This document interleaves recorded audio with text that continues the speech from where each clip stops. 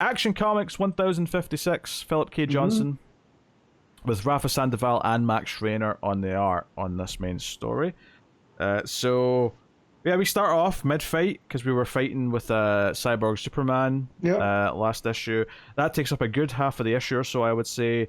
Lots of double-page spreads. Lots of double-page spreads. Which in an action-oriented issue, not bad. Not a terrible decision.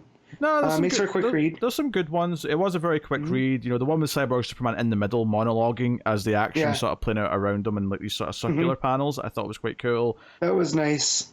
Ultimately, the big thing though is that Metallo's sister, like basically when she fails, to do what she was there to do, Cyborg Superman just tries to kill her. Like on the spot, you failed, you weakling, and just goes to kill her. And Metallo obviously isn't particularly happy about that, and rips Cyborg Superman in half. Long ways, not like top bottom. Oh yeah. He goes from the sides like you're tearing a sheet of paper. Yeah, from the neck. So the head's on one side. It's not like halfway down the face, but like from the neck down the middle, he's ripped in half, which is fun. They do mention that Cyborg Superman is still very much alive because his mind is in the Phantom Zone. This was just this body. And this was based off of the unmade technology, right? And the White Sun as well. So because he was bragging to Superman early, like, you've never faced me at this power level before. I'm coming for your family because you couldn't save my family, and typical Henshaw stuff. So, but I do like the aspect of the kids being there is another wrinkle for Superman, right? Because it's more people that he has to worry about, and I think that plays out in the final couple pages too. Yeah, it does the classic thing where we hear like one of Clark's stories as the narration for a couple of pages talking about the city and all that. But the big thing that comes out of this is that they fix up both Metallo and his sister with artificial bodies so they can walk around as human. And they have a moment, which is actually, it's emotional. It's also quite dark at one point because his sister obviously was this really good positive element in Metallo's life. So when she says like she's disturbed because she can't feel anything because she's like basically ripping off the fake skin over the metal arm, and she's saying, I can't feel hot, I can't feel cold, I don't feel like I can't touch and feel anything. Right. And she says, I'm a monster like you. And that's like, oh shit, that actually, because of the way they set up like that she's this positive force in his life, for her to say that, and you get it's coming from shock because she's not really dealt with what she is yet, and this is obviously a huge change to her. But it does come off as like oh shit, she needs him now in a way that he needed her before. And he doesn't get angry about it. He doesn't like react like, oh, how dare you say that to me. He just sympathizes. He gets down, and they end up hugging, and he convinces that they're going to be there for each other. And it actually ends up in a sweet scene, which ultimately ends with Superman and co watching on the screens and him saying, "Look, one day Metallo's going to surprise us. One day we'll be glad that he's around to help."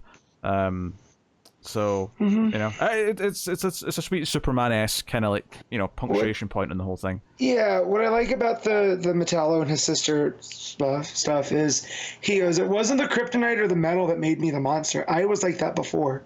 And you're not like that. You're like them. So, you're one of the good guys, and, I'm not going anywhere.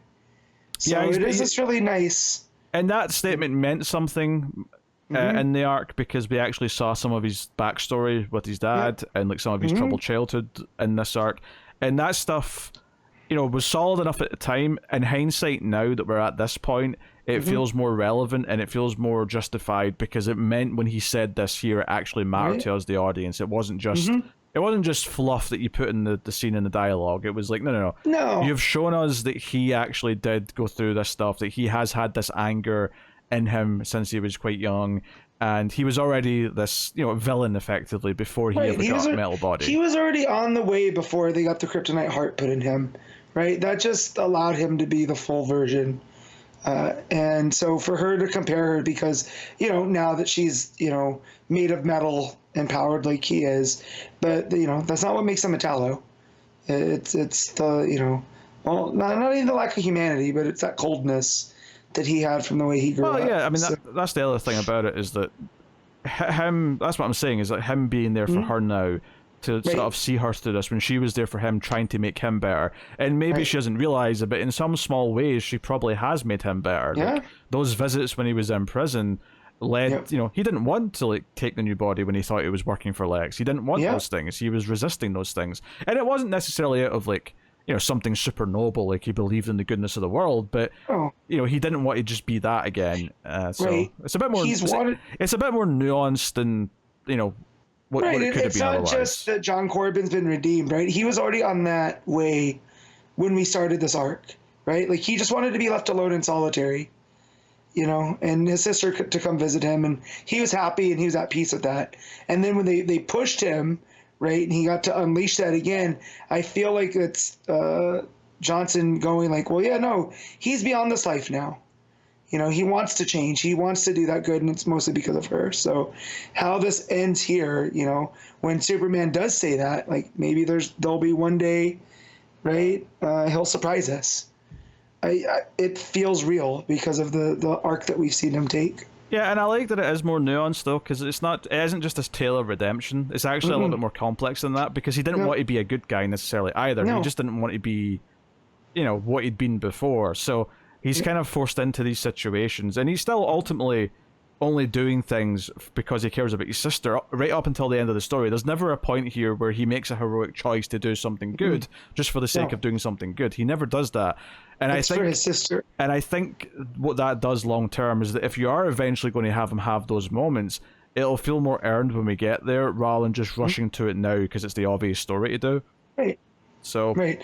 Yeah, because if he ends up like, let's just say hard up for money or whatever, I could see him not turning that down. It's almost like the Rogue's that kind of way, right? I don't feel like he'll be doing super villainy things, but he won't be on the up and up all the time. So yeah, which is not to say that I necessarily think this will, maybe this is something Johnson's got planned to pepper back in throughout his run. Maybe it's not. I don't know. It might never really go anywhere beyond this. This could be the last we see of Metallo in this run, and that would be fine. But I do appreciate that it was a little bit more nuanced, and bad guy is now good. It was like, no, bad guy still get a lot of shades of grey, but he doesn't want to be a completely evil anymore, and that's something. It's a step in the right direction, even if it isn't the full thing. He's making the decision not to be a monster, right? Yeah.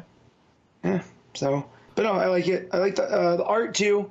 Like you were talking about the layouts for the fight scenes. Like it's a lot of double page spreads, but they don't feel the same, right? Like you have the one that has Cyborg Superman in the middle, and then everything kind of around him with circles, and then the next page is another double page spread, but it's all traditional, squares and whatnot. So it keeps it like moving, but you never get like bored. It's never that, oh, it's another double page spread with the big action in the center.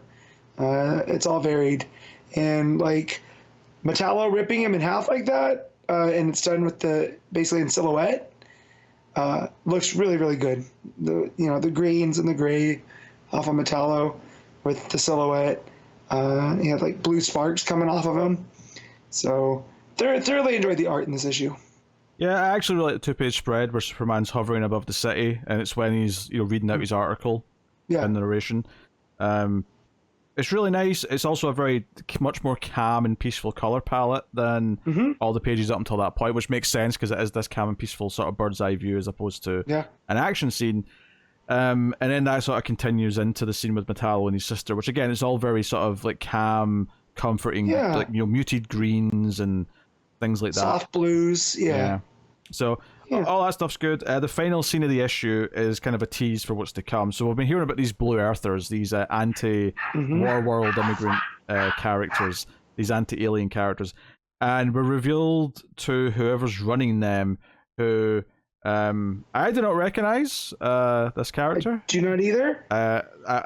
My hunch is that this is a new character that Johnson's setting up, because I thought for a second we were about to see someone we knew, because the way it was, because it was it's that thing in comics where it's clearly about to reveal something in the next page, and I was like, oh, who's it going to be? And I went, oh, it's some goth chick. Yeah, so some like Clarion's big sister or something. Yeah. You know, I don't know. Let's see. Usually League Comic Geeks will have something. They don't have her listed. Yeah.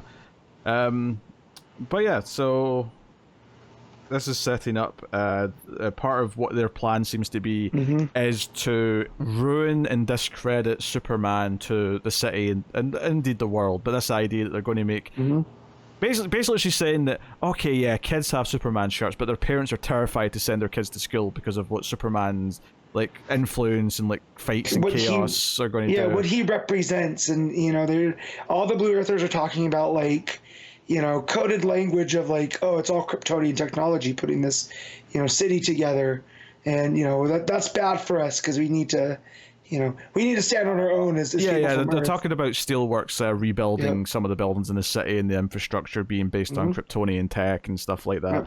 But it sounds like they're going to try and make Superman look like a monster to everyone.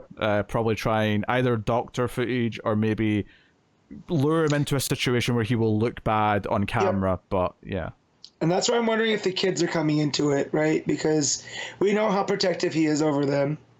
You know, we see what, you know, everything that just happened with Cyborg Superman and them and that. So I'm wondering if how they play in, because I do feel like the ties to Warworld are still going on.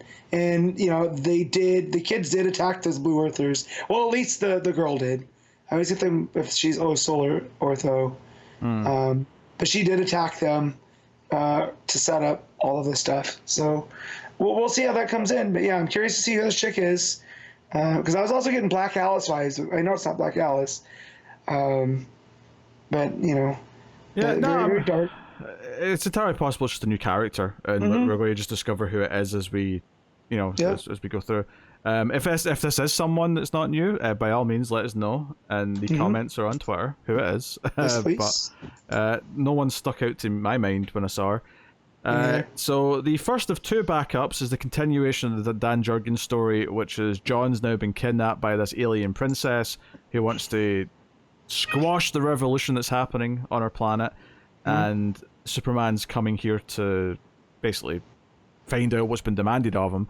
But John is trying to find a way to like make noise, even though he's in a lead box. Like, how can he make some sort of like noise that carries to the outside that Clark will recognize as him?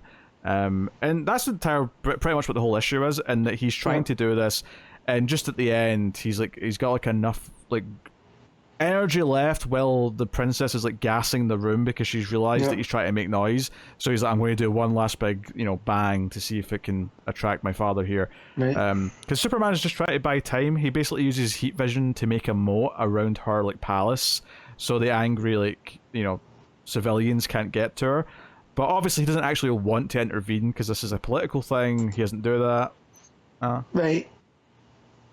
And she has his son, so you know, he's got to figure all this out. It's one of those old, you know, you'd see him in like old Silver Age, where you know there's a bunch of boxes, but which one is he in? Right? Because she hints that he could be buried, he could be in the ocean. That's right. That's a good point. Is she said she has like 180 lead boxes around the planet? Just because if it was just one, he'd be like, well, it's obviously that one lead box. That one, right? And so, and again, him, you know, he goes, I need to make it look like I'm doing something while not doing anything in particular, which is a nice little, you know, line for Superman to toe. He's basically just someone with an office job trying to look busy. Even though he's got nothing to do for. Well, believe me, I know that one very well. I mean, obviously Lee Week's art, and this is very good. I've not been thrilled with where the story of this one has went, and this part of it's fine on its own for what it is, but I'm still not thrilled by what this has turned into. She just like she started off as this kind of nuanced alien princess character, to now she's just like some despot, you know, who monologues, which I don't like. That turn, I wish there was a little bit more of a, you know, a little bit more of a nuance, like we talked about. You know, unlike Metallo in the main story, where he became more three-dimensional nuance because of the writing of the arc, this character went from seeming like there might be more to her to, oh no, she's just a two-dimensional villain, and there's like nothing more to her. Also, it awkwardly cuts to Lois for one page where she's like, "Oh, it's a good thing this big giant beam's got." The stasis tube keeps Doombreaker away from me. Yeah, She's like, okay. What cracked me up is she said, oh, yeah, it'd be a nightmare him running around if Superman wasn't here. But I'm like, forget him running around. If that beam turns off and you're standing right there, you're the one who's eating it before anyone else does. Yeah.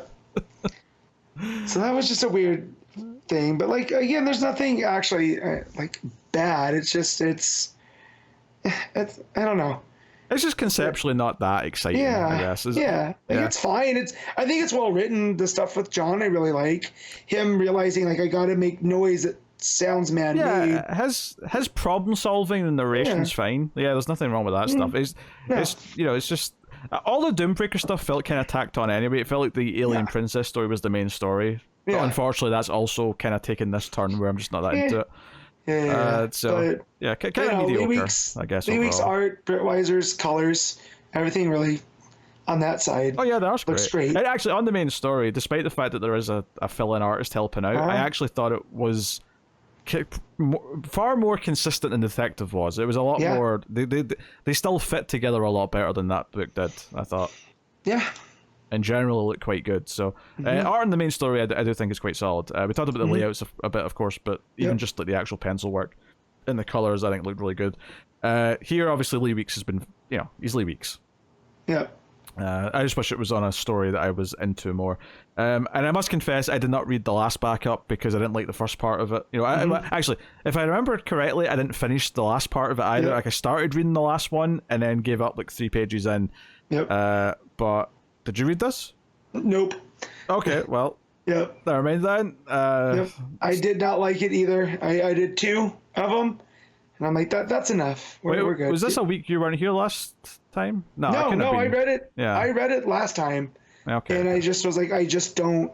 It was the Dorado Quick dialogue and stuff. I couldn't. Yeah, the dialogue was rough. Yeah, I didn't even check it this week, this month to see if it was any better. But the last issue was really bad. Yeah, I was like, I can save some time by not reading it. So that's fine. All right, what we rating Action Comics then? I'm gonna give this an 8. Yeah, I think that's fair. I think the emotional payoff Metallo is pretty strong. I think the art's pretty good, and I like what it's setting up for the future. Art's quite nice too. If I was to mark it down for anything, is maybe by being like almost over half the issue being a lot of action. That tends to mean doesn't feel there's a lot of other things going on instead. It was kind of, it's just whiz bang actiony things for maybe a few pages too many. But like it's a minor quibble. So I will agree with the 8 out of 10.